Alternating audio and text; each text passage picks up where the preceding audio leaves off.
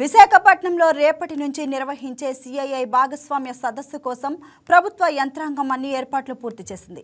ఈ సదస్సును రాష్ట్ర ప్రభుత్వం ఎంతో ప్రతిష్టాత్మకంగా తీసుకుంది. ముఖ్యమంత్రి చంద్రబాబు నాయుడు ఇప్పటికే విశాఖకు చేరుకొని పలు కంపెనీల ప్రతినిధులతో చర్చలు జరుపుతున్నారు. సిఐఐ సదస్సుకు ముందే వివిధ కంపెనీలతో రాష్ట్ర ప్రభుత్వం ఒప్పందాలను కుదుర్చుకుంటుంది.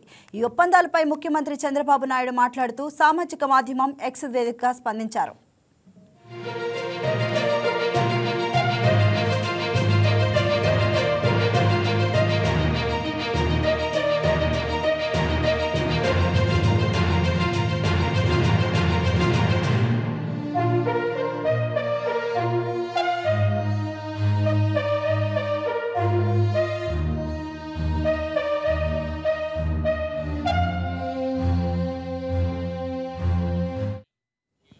విశాఖపట్నం సిఐఐ పార్ట్నర్షిప్ కన్నా ముందే సమ్మిట్లో ఏపీ ప్రభుత్వం తాయివాన్ కంపెనీలతో 2 కీలక అవగాహన ఒప్పందాలు కుదుర్చుకుందని సీఎం తెలిపారు.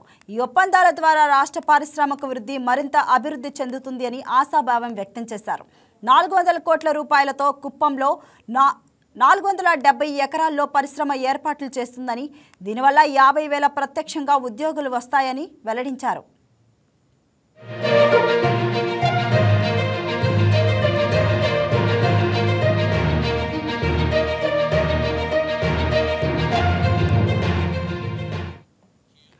మిజోలి ఇండియా జేవి, మిజోలియా యుఎస్ఏ, క్రియేటివ్ సెన్సార్ సినిస్ట్రీ టెక్నాలజీలు 23, GWH ఫిక్సర్లు, ఫ్రీ సింగిల్ క్రిస్టర్లు, cathode active material, solid state electrolyte manufacturing ఫెసిలిటీని ఓర్వకల్లు, కర్నూలులో 18,000 కోట్లతో ఏర్పాటు చేయనుంది.